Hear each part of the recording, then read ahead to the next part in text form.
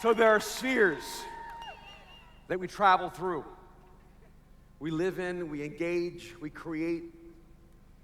But where do those spheres come from? How do they evolve? How do they become what they become? A sphere is a part of an atmosphere. The sphere is the environment, but the atmos is the essence.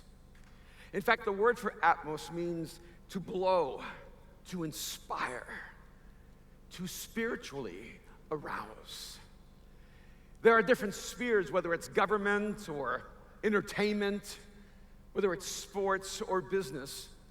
Those are the spheres in which humans live, but the atmosphere of that sphere comes from the human soul. It comes from the human spirit.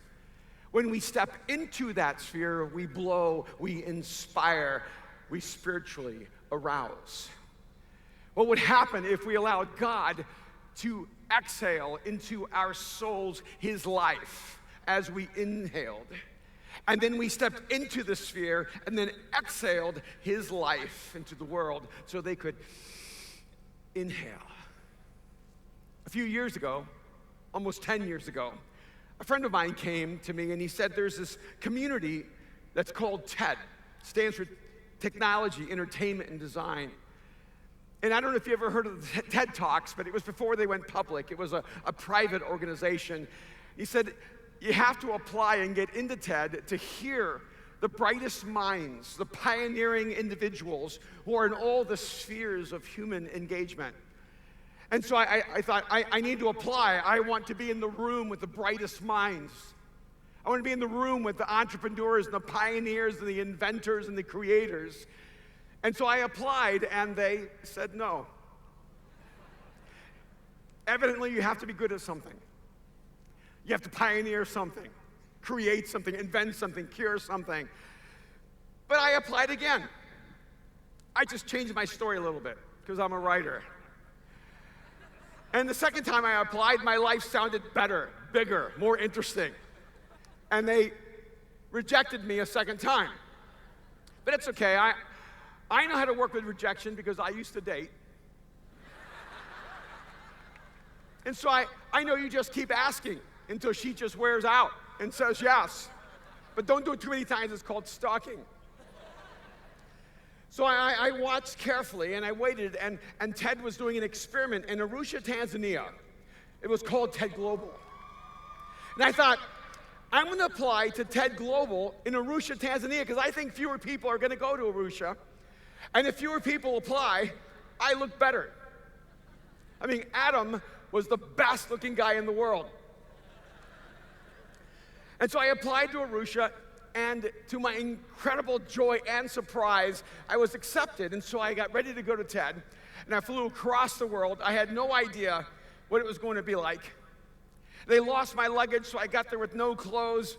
And I'm an extreme social introvert, so I was terrified walking into the room. Have you ever been in a room you knew you did not belong in? I mean, here are the people who march with the penguins. You know, they cure diseases, understand the ozone. I'm sitting one day next to Al Gore for several hours because he's an attender. And I knew I did not belong in that room. And every time someone began a conversation, I would ask them what they did, and they would say, you know, I cured something. I saved something. And then they would say, what do you do? And I'd say, I do a lot of things, but nothing well. And then they would say, oh, you're a writer. And as I listened to all these bright minds and all these incredible individuals, I kept coming back and asking a central question. What is it that makes us uniquely human? What makes us different than the gazelle or the giraffe? What makes a human being different than an orangutan or a beaver?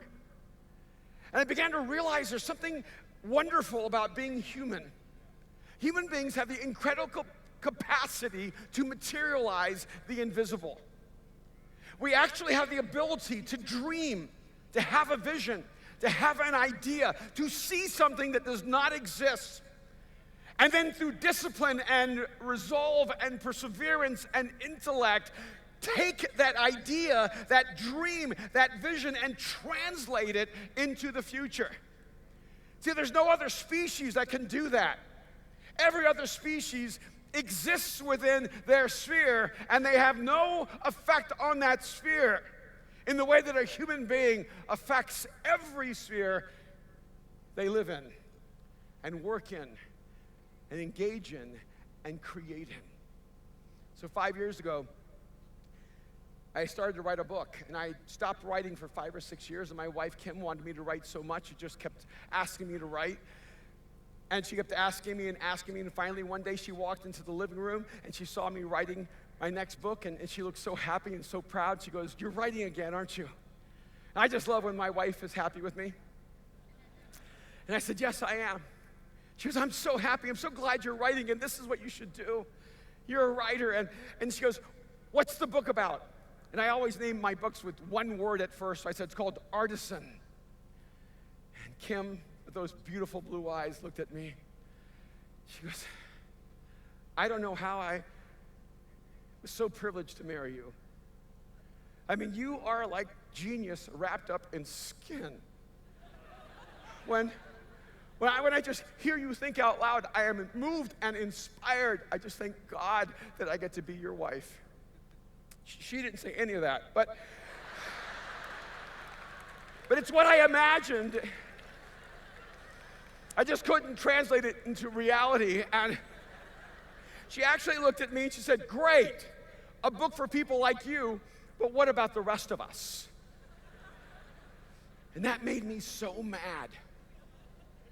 Not because she didn't say what she should have said, but because if you saw my wife, Kim, you know she's the most creative person.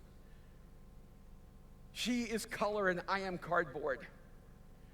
When I stand next to her, I am so ordinary, and she is so extraordinary. But my wife was an orphan, abandoned at the age of 8, left starving in a government project, lived in a foster home from 8 to 18, never heard the words "I love you" one time in her childhood. And she has these voices inside of her that tell her that she is not when she is. And I looked at her and I said, "This is why I'm telling this story. This is why this message matters, because you've believed the lie that there are creative people and then there's everyone else. There are those people that have somehow been given this unique ability to imagine and translate their imagination into reality, and then the rest of us are just supposed to sit back and be in awe of their lives." But I want you to know that what I said to my wife, Kim, is true for you. You are both a work of art and an artist at work. That God created you in His image, and you were imagined to imagine, created to create. And like bees create hives and ants create colonies, humans create futures.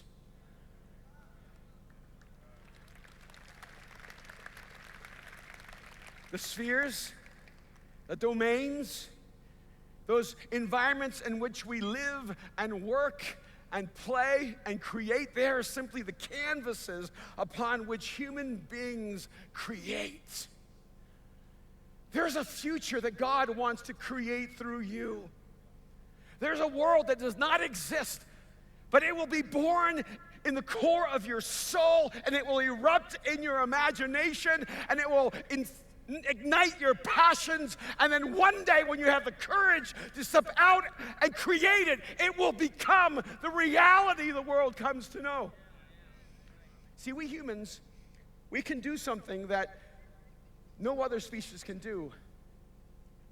We can imagine ideals. See, we can imagine a world without suffering. We can imagine a world without poverty. We can imagine a world without injustice. We can imagine a world where everyone is loved. We can imagine a world that has peace, even though we've never experienced any of those things in human history. And I am so convinced, in the same way when a soldier loses a limb in war and then has the phantom pain that reminds him of that limb that was once his, the ideals inside of us are the phantom pain of the soul, reminding us of what we were created to be as human beings. And we need to stop letting those whose imaginations are a nightmare for the world create the future that we all live in. We need to allow God to expand our dreams, to expand our imagination, to expand our vision, and to believe that we can be instruments of peace, and instruments of justice, and instruments of mercy, and instruments of compassion, and that God could use us to usher in a future that only God could ever dream up. There are spheres that wait for you to step into so that you can become the atmosphere.